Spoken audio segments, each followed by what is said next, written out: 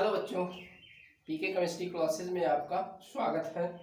तो बच्चों आज हम सरफेस केमिस्ट्री सरफेस केमिस्ट्री यानी कि सतह रसायन पृष्ठ रसायन से आज हम अगला टॉपिक पढ़ेंगे। चल रहा था क्या, कैटालिस्ट चल रहा था। तो कैटालिस्ट के वर्गीकरण क्लासिफिकेशन हमने पढ़ लिया है। तो आज हम देखते हैं, एक छोटा सा टॉपिक देखते हैं। तो आज हम क्या देखेंगे, उत्प्रेरक, वर्धक या उत्प्रेरक उत्तेजक।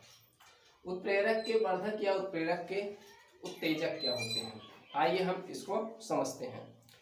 तो वे पदार्थ जिन्हें उत्प्रेरक के उत्तेजक या वर्धक क्या होते हैं, यानी कि वे ऐसे पदार्थ होते हैं जो उत्प्रेरक की क्या करते हैं, सक्रियता को, क्रियाशीलता को बढ़ाते हैं। उसी को हम कहते हैं उत्प्रेरक के उत्तेजक या वर्धक कहते हैं। तो वह पदार्थ होता है जो उत्प्रेरक की सक्रियता को क्या करता है, क्रियाशीलता को क्या करता है, बढ़ा देता है। उसको हम क्या कहते हैं, उत्प्रेरक के उत्तेजक या वर्धक कहते हैं। इनको आप, लेकिन ये स्वयं जो है, लेकिन उत्प्रेरक जो वर्धक होते हैं स्वयं उत्प्रेरक का कार्य नहीं करते हैं। उत्प्रेरक क्या होता है आपको बताया गया। उत्प्रेरक जो होता है वो रासायनिक अभिक्रिया की दर को बढ़ाता है, लेकिन जो उत्प्रेरक वर्धक होता है ये उत्प्रेरक की सक्रियता को बढ़ाता है। लेकिन उत्प्रेरक वर्धक रासायनिक अभिक्रिया की दर को नहीं बढ़ाता है, ये केवल उत्प्रेरक की सक्रियता या उसकी क्रियाशीलता को क्या करता है, बढ़ाने का काम करता है। ठीक, तो ये है, आइए देखते हैं, यहाँ पर लिखा हुआ है। तो उत्प्रेरक वर्धक या उत्प्रेरक के उत्तेजक क्या है, इसको इंग्लिश में हम कहते हैं कैटालिस्ट या प्रोमोटर्स। कैटालिस्ट प्रोमोटर और कैटालिस्ट एक्टिवेटर्स के नाम से इसको जाना जाता है। तो यहाँ पर हमने जो परिभाषा बताया वही चीज यहाँ पर लिखा हुआ, पढ़ लीजिए, देख लीजिए। वे पदार्थ जिन्हें उत्प्रेरक के साथ अल्प मात्रा में प्रयुक्त करने पर उत्प्रेरक की क्रियाशीलता या सक्रियता को बढ़ा देते हैं, परंतु स्वयं उत्प्रेरक का कार्य नहीं करते हैं, उत्प्रेरक के उत्तेजक या वर्धक कहलाते हैं। ठीक है, अब देखिए यहाँ एग्जाम्पल इसका लेते हैं। इसका एग्जाम्पल आप लीजिए। एग्जाम्पल में जैसे हैबर विष से अमोनिया बनाते हैं, जब हम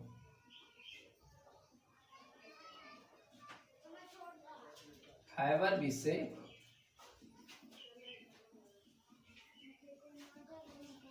अमोनिया के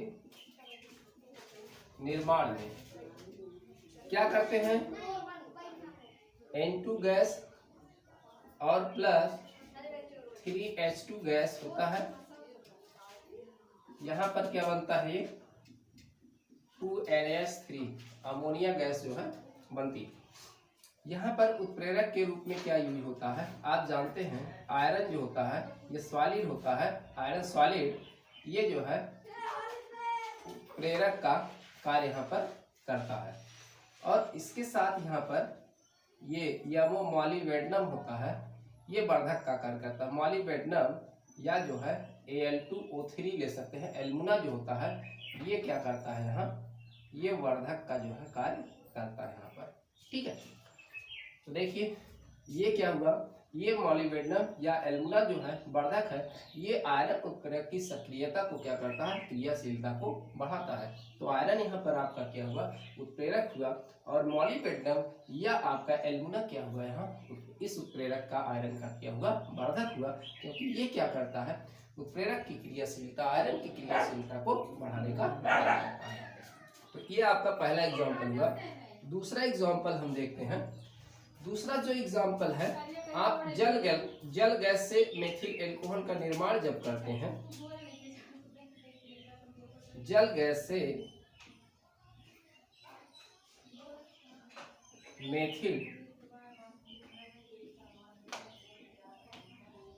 एल्कोहल का निर्माण, जब आप जल गैस से मेथिल एल्कोहल का निर्माण करते हैं, जल गैस क्या है, CO+H2 होता है, ये कार्बन मोनोऑक्साइड गैस और ये हाइड्रोजन गैस। इससे क्या करते हैं आप, मेथिल एल्कोहल का निर्माण करते हैं। तो कितने हाइड्रोजन हुआ, ये बैलेंस कर लीजिएगा। तो यहाँ पर क्या होता है, जिंक ऑक्साइड और प्लस कॉपर ऑक्साइड का ये मिश्रण होता है, इसका मिश्रण होता है, यही यहाँ पर क्या करता है, उत्प्रेरक का कार्य करता है।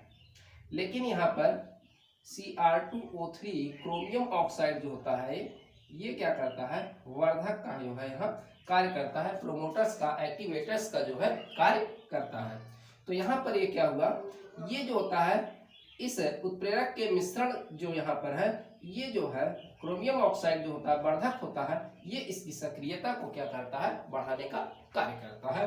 इसलिए यहाँ पर ये क्रोमियम ऑक्साइड क्या है, यहाँ पर एक वर्धक की तरह जो है व्यवहार करता है। ठीक है, तो समझ रहे होंगे। ये आपके एग्जांपल्स हमने 2 दे दिए हैं। तीसरा एग्जांपल आप लिए, एग्जांपल्स हम ज्यादा क्यों दे रहे हैं आपको, इसलिए दे रहे हैं क्योंकि आपको ज्यादा से ज्यादा इक्वेशन, आपको समीकरण ज्यादा से ज्यादा याद हो, और ज्यादा से ज्यादा आपके वर्धक याद हो, ज्यादा से ज्यादा आपको उत्प्रेरक याद हो, किस रासायनिक समीकरण में कौन से उत्प्रेरक कौन से वर्धक यूज किया जा रहे हैं, ये ज्यादा से ज्यादा आपको याद हो, वरना तो हम एक समीकरण आपको देखकर समझा सकते हैं केवल। ठीक है, तीसरा देखिए एग्जाम्पल,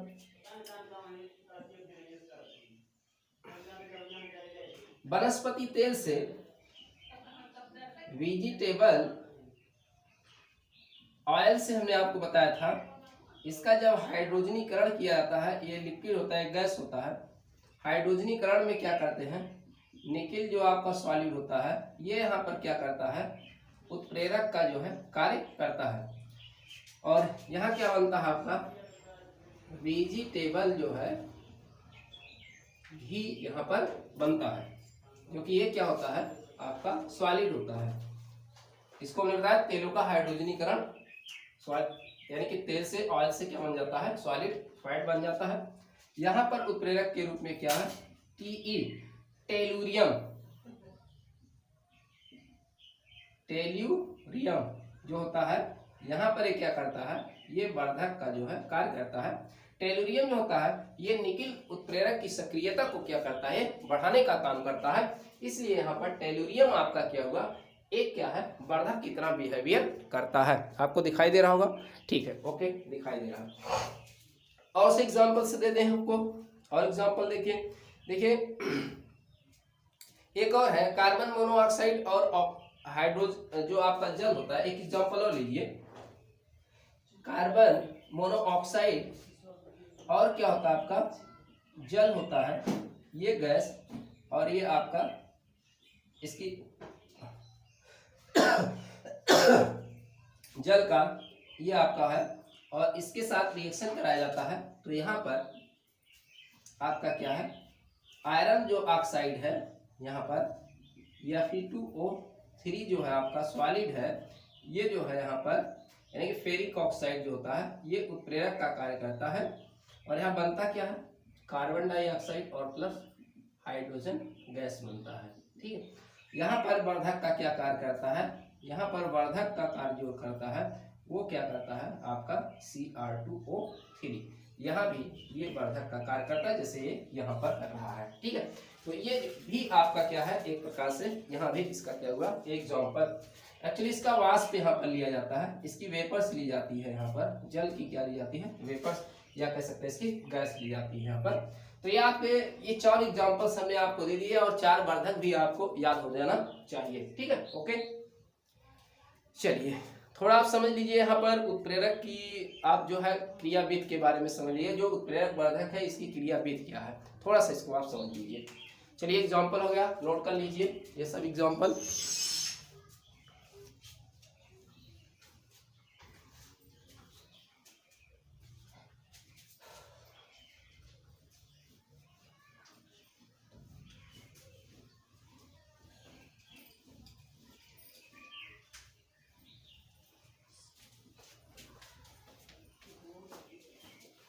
जरा इसी उत्प्रेरक वर्धक की क्रियाविधि आप समझें थोड़ा सा।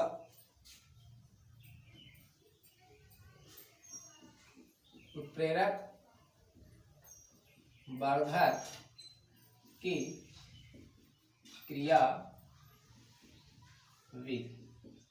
Mechanism of catalyst promoters. ठीक है, उत्प्रेरक वर्धक क्या करते हैं, आप इसको लिखेंगे, उत्प्रेरक वर्धक क्या करते हैं, ये क्रियाविधि बताया गया है। उत्प्रेरक वर्धक के बारे में बहुत ज्यादा इसके बारे में डिटेल वैज्ञानिकों को पता नहीं है, अभी इस पर सर्च चल रहा है, तो यहाँ कुछ अनुमानित जो है बताया क्या उत्प्रेरक वर्धक क्या करता है। तो उत्प्रेरक वर्धक जो होता है, ये उत्प्रेरक की सतह पर उत्प्रेरक जो वर्धक है, उत्प्रेरक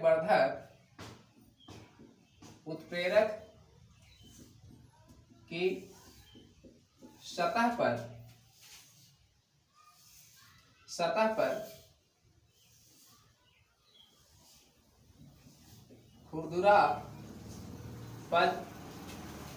खुरदुरापन करता है, बढ़ाता है, खुरदुरा बढ़ाता है,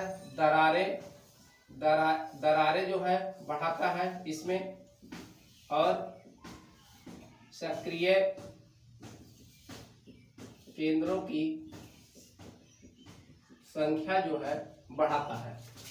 संख्या बढ़ाकर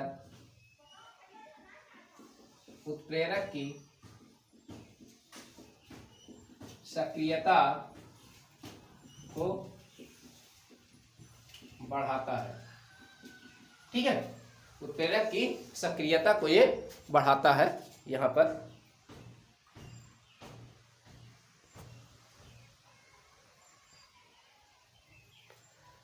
तो क्या करता है उत्प्रेरक वर्धक, क्या करता है उत्प्रेरक वर्धक का क्या फंक्शन हुआ? उत्प्रेरक वर्धक जो होता है उत्प्रेरक की सतह पर खुरदुरापन करता है, उसमें खुरदुरा बनाता है, दरारें उसमें बनाता है, और उसमें क्या बनाता है? पीक्स, यानी कि कह सकते हैं उसमें क्रैक्स है, पीक्स है, और एक्टिव सेंटर इन सब की संख्या, या कह सकते हैं एक प्रकार से कह सकते हैं फ्री वैलेंसी यानी कि मुक्त संयोजकता को क्या करता है? ये बढ़ाने का काम करता है, और मुक्त संयोजकता जैसे जैसे बढ़ जाता है वैसे वैसे इसकी सक्रियता भी क्या होती है? बढ़ती जाती है। तो यहाँ पर ये उत्प्रेरक वर्धक की जो है क्रिया है, ये कैसे उत्प्रेरक की सक्रियता को क्या करता है? बढ़ाने का कार्य करता है। यहाँ तक कि ये भी बताया गया उत्प्रेरक जो वर्धक होते हैं ये उत्प्रेरक के जो कणों के बीच की दूरी होती है उसमें क्या होते हैं? चले जाते हैं, और वहां उसकी दूरी को क्या करते हैं? बढ़ा देते हैं, जिससे वहां पर स्थानीय सांद्रता क्या होती है? बढ़ जाती है, और उत्प्रेरक जो होता है उसकी वहां पर एक्टिव सेंटर ज्यादा बढ़ा देते हैं, वहां पर दरार ज्यादा बढ़ा देते हैं, मुक्त संयोजकता ज्यादा बढ़ा देते हैं, तो उत्प्रेरक की सक्रियता क्या हो जाती है? बढ़ जाती है। ठीक है, ओके, चलिए आइए देखिए। अब अगला हम देखते हैं, ये तो उत्प्रेरक वर्धक के बारे में आपको हमने बता दिया।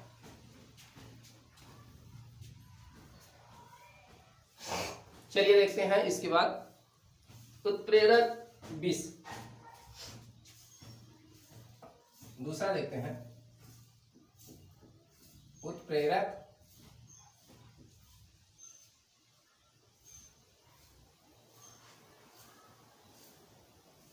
उत्प्रेरक विष, या इसको कहते हैं प्रति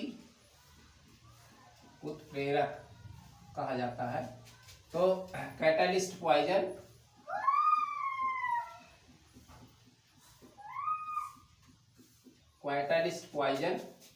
कहते हैं, और एंटी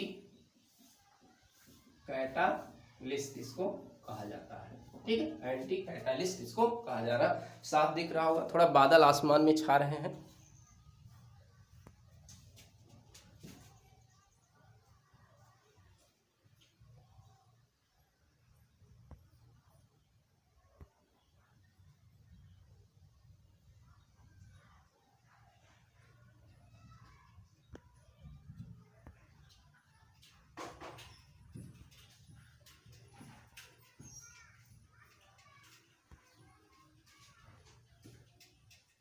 ओके, तो उत्प्रेरक विष क्या होते हैं? तो वे पदार्थ, थोड़ा आसमान में बादल छाए, लाइट दे रहे हैं, तो वे पदार्थ जिन्हें उत्प्रेरक के साथ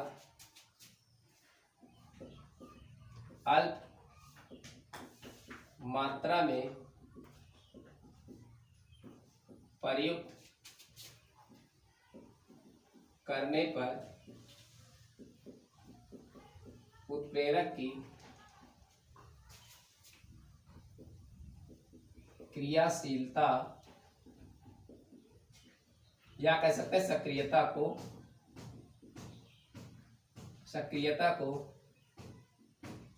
नष्ट कर देते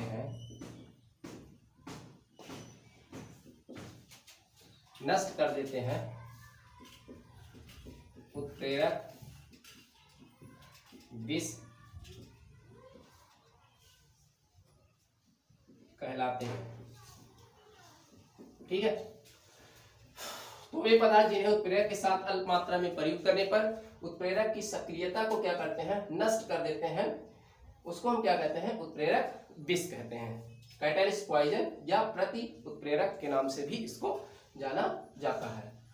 तो इसके एग्जाम्पल देखते हैं। इसके एग्जाम्पल क्या आपको समझ में आ गया? इसके एग्जाम्पल क्या है, वही हाइबर विष से अमोनिया के निर्माण में पहला एग्जाम्पल N2 गैस और प्लस हाइड्रोजन गैस जो होता है, यहाँ पर आयरन उत्प्रेरक के रूप में कार्य करता है, आयरन उत्प्रेरक के रूप में कार्य करता है। और यहाँ पर अगर हाइड्रोजन सल्फाइड जो होता है अगर पहुंच जाए इसकी सतह पर, तो ये उत्प्रेरक जो है, ये उत्प्रेरक विष की तरह जो है कार्य करता है। ठीक है, तो यहाँ पर और ये बनता है क्या, अमोनिया गैस। तो उत्प्रेरक विष की तरह ये कार्य करता है। यहाँ पर दूसरा देखते हैं एग्जाम्पल। दूसरा एग्जाम्पल है, जब आप सल्फ्यूरिक अम्ल बनाते हैं यहाँ पर, तो सल्फर डाइऑक्साइड से जब आपको बनाना होता है क्या, सल्फर ट्राइऑक्साइड, सल्फर डाइऑक्साइड का ऑक्सीकरण करके सल्फर ट्राइऑक्साइड जब बनाना होता है, कहाँ बनाना होता है, जब संपर्क विष से, हमने आपको बताया संपर्क विष से सल्फ्यूरिक अम्ल का जब निर्माण किया था, तो ये रिएक्शन आपका चलता है, तो वहाँ प्लैटिनम उत्प्रेरक होता है। ये प्लैटिनम क्या होता है, ये उत्प्रेरक का कार्य करता है, लेकिन वहाँ उत्प्रेरक विष का क्या कार्य करता है, आर्सेनिक ऑक्साइड जो होता है, ये क्या होता है, उत्प्रेरक विष। प्लैटिनम के लिए ये उत्प्रेरक विष की तरह क्या करता है, ये कार्य करता है, ये उत्प्रेरक विष की तरह कार्य कर सकता है। और क्या बनता है आपका, सल्फर ट्राइऑक्साइड गैस बनता है। ये चीज रिएक्शन, तो इस क्रिया के लिए यहाँ पर प्लैटिनम उत्प्रेरक के लिए कार्य करता है और आर्सेनिक ऑक्साइड जो होता है उत्प्रेरक विष की तरह जो है कार्य करता है। इसी तरीके से जो आपका है हाइड्रोजन और ऑक्सीजन से क्या बनाया जाता है, हाइड्रोजन गैस और ऑक्सीजन गैस से क्या बनाया जाता है, आपका जल बनता है। तो यहाँ पर भी क्या होता है, प्लैटिनम जो होता है उत्प्रेरक का कार्य करता है, लेकिन यहाँ पर कार्बन मोनोऑक्साइड क्या होता है, जो गैस होती है, ये क्या करता है, उत्प्रेरक जो है, ये उत्प्रेरक विष की तरह कार्य करता है और ये क्या बनता है आपका, जल बनता है। तो यहाँ पर ये उत्प्रेरक विष। ठीक है, तो इसके लिए जो आप हाइड्रोजन को ऑक्सीकरण करते हैं, यानी कि हाइड्रोजन के ऑक्सीकरण से जल का जब निर्माण किया जाता है, तो क्या होता है, प्लैटिनम उत्प्रेरक कार्य करता है। और यहाँ इस प्लैटिनम उत्प्रेरक के लिए विष का काम कौन करता है, कार्बन मोनोऑक्साइड। एक चीज और देख लीजिए, एक रिएक्शन और देखिए, रोजेनमुंड अपचयन क्रिया, रोजेनमुंड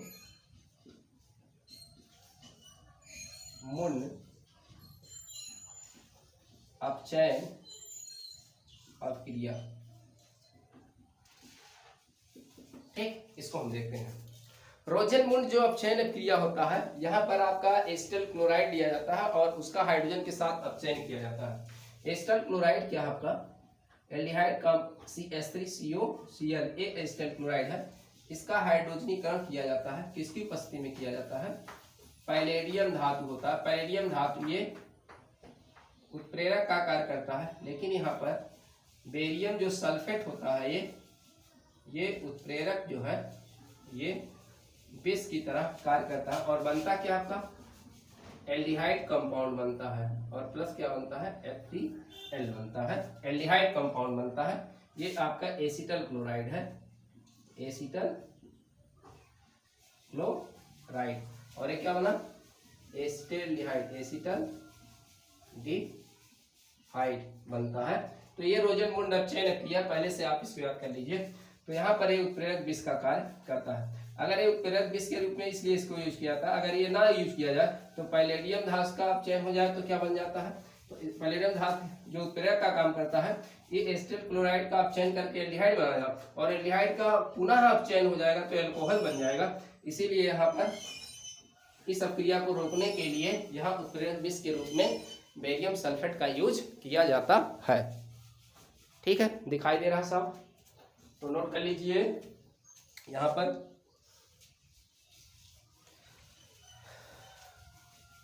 अब इसकी थोड़ा इसकी जो है आप थोड़ा क्रियाविधि समझे। ये एग्जाम्पल तो हो गया, थोड़ा इसकी क्रियाविधि आप समझ लीजिए। तो उत्प्रेरक विष हमने आपको बता दिया। और ये अच्छा, एक चीज और यहाँ देख लीजिए, अगर पूछा जाता है उत्प्रेरक विष और ऋणात्मक उत्प्रेरक में क्या अंतर है। उत्प्रेरक विष, देखो ऋणात्मक जो उत्प्रेरक आपको हमने बताया, ऋणात्मक उत्प्रेरक उसको संदमक भी कहते हैं। ऋणात्मक उत्प्रेरक को हम क्या कहते हैं, संदमक कहते हैं। और जो इस अपक्रिया की जो मंदन करने की घटना होती है उसको मंदन कहा जाता है। अपक्रिया को जो मंद करने की घटना होती है उसको मंदन कहते हैं। तो याद है, ऋणात्मक उत्प्रेरक को क्या कहते हैं हम, संदमन भी कहते हैं। और इसको क्या कहते हैं, उत्प्रेरक विष जो आपका होता है, ये उत्प्रेरक विष, देखिए ऋणात्मक उत्प्रेरक क्या करता है, यानी कि संदमक क्या करता है, अपक्रिया की दर को घटाता है, कम करता है ऋणात्मक उत्प्रेरक। लेकिन यहाँ पर क्या होता है, कभी कभी अंतर पूछा जाता है तो, लेकिन यहाँ उत्प्रेरक विष क्या करता है, ये उत्प्रेरक की सक्रियता को क्या करता है, नष्ट कर देता है। अभिकारक अणुओं के पहुंचने से पहले ही ये क्या करता है, उत्प्रेरक की सक्रियता को नष्ट कर देता है। ठीक है, ओके। चलिए यहां पर थोड़ा देख लेते हैं उत्प्रेरक विष की क्रियाविधि क्या है।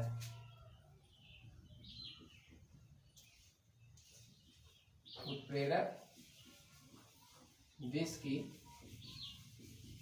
क्रियाविधि क्या है, क्रियाविधि। देखिए उत्प्रेरक जो विष होते हैं, जैसे मान लीजिए कि आपका एक प्लैटिनम उत्प्रेरक है, प्लैटिनम उत्प्रेरक, इस प्लैटिनम उत्प्रेरक का क्या होता है, ये कार्बन मोनोऑक्साइड जो होता है, ये पहले से ही आकर क्या होता है, इसकी सतह पर क्या हो जाता है, आकर अधिशोषित हो जाता है। प्लैटिनम इसकी सतह पर क्या होता है, आके अधिशोषित हो जाता है। कार्बन मोनोऑक्साइड इस प्लैटिनम की सतह पर क्या होता है, पहले से ही आकर इसकी सतह से क्या हो जाता है, अधिशोषित हो जाता है। इसकी सतह से क्या होता है, अधिशोषित हो जाता है और इसकी सक्रियता को क्या करता है, नष्ट कर देता है। यानी कि जो इसकी फ्री बैलेंसी यहाँ पर होती है, तो कैसे करता है, आकर कम। जानते हैं आप उत्प्रेरक की सतह पर क्या होते हैं, सक्रिय केंद्र होते हैं, पीक्स होते हैं, दरारें होती हैं, खुरदुरापन होता है, एक्टिव सेंटर यानी कि होता है, तो ये सब ज्यादा होते हैं, मुक्त बैलेंसी होती है। तो अभिकारक अणुओं के पहुंचने से पहले ही क्या होता है, ये उत्प्रेरक विष क्या होते हैं, इसकी सतह पर पहुंच जाते हैं और इसकी जो मुक्त संयोजकता होती है, इसी से क्या होते हैं, मुक्त संयोजकता से इसके क्या होते हैं, ये क्या आकर जुड़ जाते हैं। इसकी मुक्त संयोजकता से आकर क्या होते हैं, ये जुड़ जाते हैं और इसकी सक्रियता को क्या कर देते हैं, नष्ट कर देते हैं। और उत्प्रेरक की जब सक्रियता नष्ट हो जाएगी तो उत्प्रेरक फिर कार्य करेगा नहीं। यहाँ तक ये भी बताया गया है, कुछ जो है जो उत्प्रेरक विष होते हैं, जैसे आपका आयरन उत्प्रेरक है, हाइबर विष में आपको हाइड्रोजन सल्फाइड यूज किया गया, तो हाइड्रोजन सल्फाइड इस उत्प्रेरक से ही रिएक्शन करके क्या होता है, कुछ रिएक्शन में इस आयरन से ही उत्प्रेरक, ये आपका उत्प्रेरक है और ये उत्प्रेरक क्या है, उत्प्रेरक विष है, तो इससे ही ये रिएक्शन कर लेता है और इसकी जो बैलेंसी होती है इसको क्या करता है, नष्ट कर देता है और हाइड्रोजन गैस बनता है। तो पहले से रिएक्शन कर लेता है और अभिकारक अणु क्या होते हैं, इसकी सतह पर पहुंच ही नहीं पाते हैं। तो इस तरीके से अपक्रिया जो उत्प्रेरक विष होता है वो उत्प्रेरक की सक्रियता को नष्ट कर देते हैं। ठीक है, ओके। तो इस तरीके से आप इसकी उत्प्रेरक विष की क्रियाविधि आप लिख सकते हैं। क्या लिखेंगे उत्प्रेरक की विष की क्रियाविधि में, यही लिखेंगे, अभिकारक अणुओं के पहुंचने से पहले ही उत्प्रेरक विष उत्प्रेरक की सतह पर जाकर अधिशोषित होते हैं। यानी अधिशोषित मतलब एक वर्णी जो है अधिशोषण कर लेते हैं, कहते हैं जिसको वर्णी अधिशोषण हो जाता है इस उत्प्रेरक की सतह पर। उत्प्रेरक विष का वर्णी अधिशोषण, प्रेफरेंशियल एडसॉर्प्शन हो जाता है, प्रेफरेंशियल एडसॉर्प्शन हो जाता है उसकी सतह पर और उत्प्रेरक की सक्रियता को क्या करते हैं, नष्ट कर देते हैं। तो इतना तो आप लिख ही लेंगे इधर, ठीक है, लिख लेंगे। ठीक है, तो ये आपको बता दिया गया यहाँ पर। आज आपको हमने क्या बताया, उत्प्रेरक विष बताया और उत्प्रेरक वर्धक के बारे में बताया। ठीक है, नेक्स्ट वीडियो हम आपके सामने लेकर फिर हाजिर होंगे, तब तक के लिए नमस्कार, धन्यवाद।